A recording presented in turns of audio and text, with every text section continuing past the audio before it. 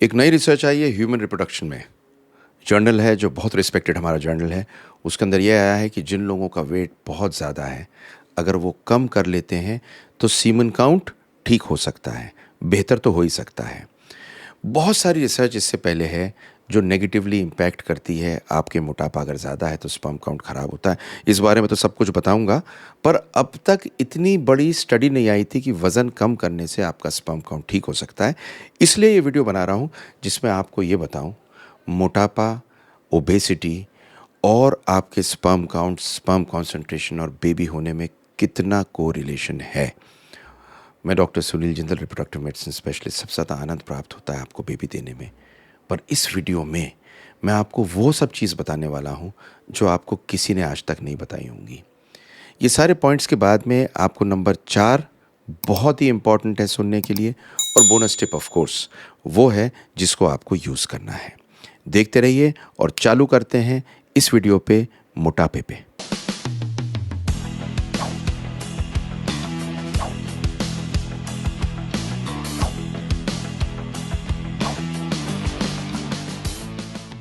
तो सबसे पहले मोटापे को कैलकुलेट कैसे करते हैं? बीएमआई से। बीएमआई क्या होता है? Body mass index.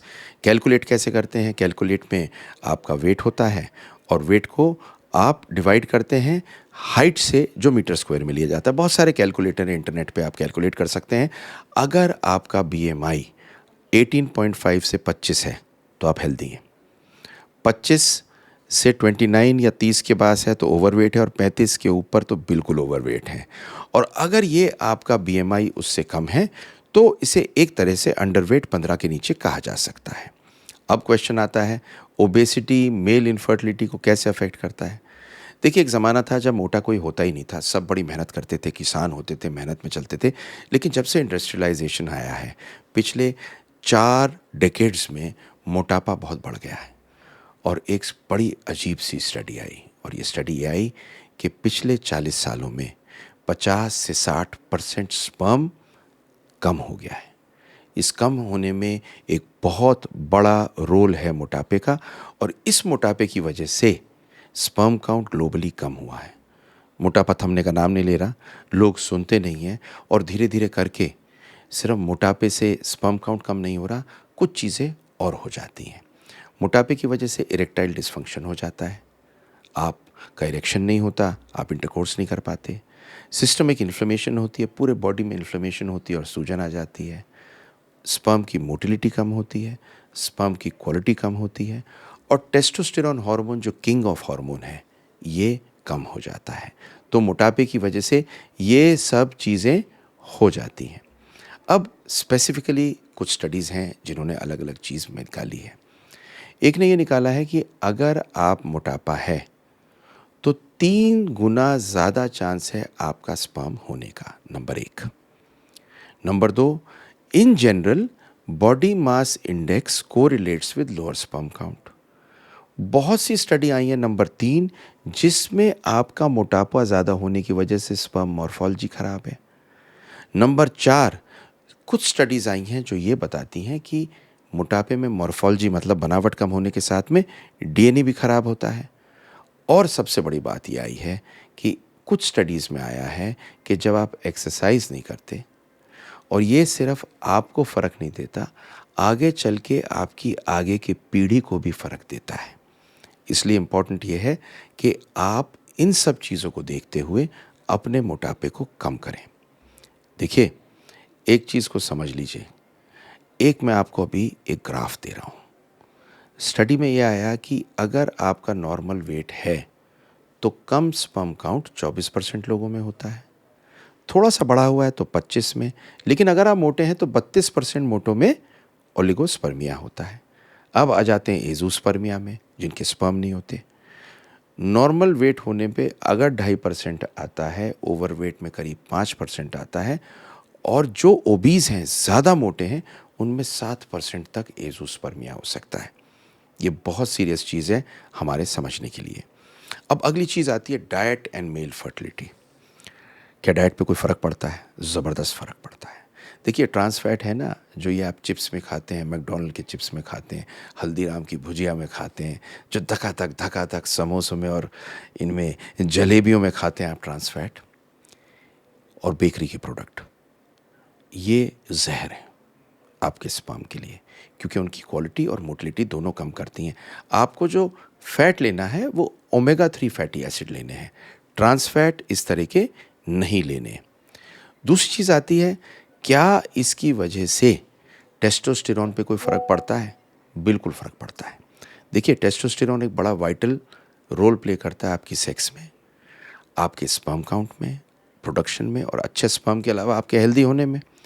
जब भी आपका वज़न ज़्यादा होता है तो आपका सेक्स हार्मोन बाइंडिंग ग्लोबुलिन कम हो जाता है और ये परेशानी देता है।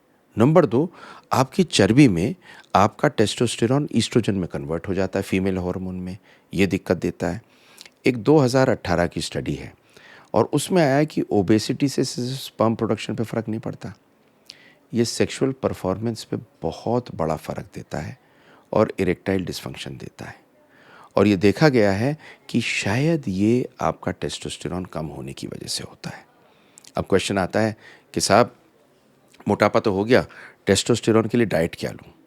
2021 की स्टडी है और उसमें आया जिन जिन स्टडीज़ से इन्फ्लेमेशन कम होती है, सूजन कम होती है, जिसमें फ़ैट बहुत इम्पॉर्टेंट है, उस सब को खाने से और आपको अपना वज़न कम करने से आपका टेस्टोस्टेरोन बढ़ता है।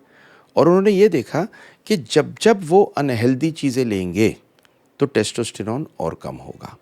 इसलिए ज़रूरी है कि इम्पैक्ट सिर्फ मेल फर्टिलिटी पे नहीं, टेस्टोस्टेरोन पे होता है। अब सबसे इम्पोर्टेंट चीज़, क्या मैं, चौथी चीज़ मैंने कही थी बड़ी इंपॉर्टेंट है, क्या मैं वज़न कम करूं तो स्पर्म काउंट इंप्रूव होगा? अब तक हमें पूरी बात पता नहीं थी, पर एक एक रैंडमाइज्ड कंट्रोल ट्रायल है। रैंडमाइज्ड कंट्रोल ट्रायल का मतलब 2 ग्रुप रखे गए, एक ग्रुप को वज़न कम करने को बताया गया, दूसरे को कुछ नहीं बताया गया, और दोनों को नापा गया एक साथ जो मालूम ना चले। और ये एक रैंडमाइज्ड कंट्रोल में एक चीज़ बड़ी इंटरेस्टिंग आई कि अगर आप अपने खाने की हैबिट को ठीक करते हैं, एक्सरसाइज को ले आते हैं, तो weight loss came with an increase of sperm concentration of 150%।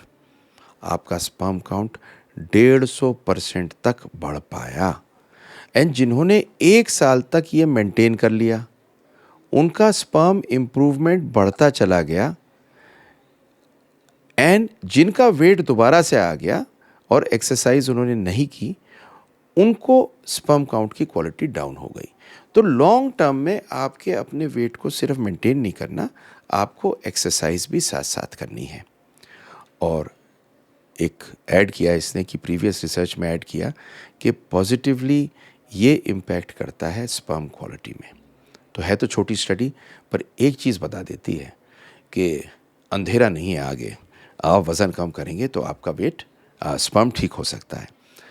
अब दूसरा क्वेश्चन आता है कि अगर वज़न कम हो तो स्पर्म क्वालिटी पे फ़र्क पड़ता है क्या, या बढ़ने पे ही होता है?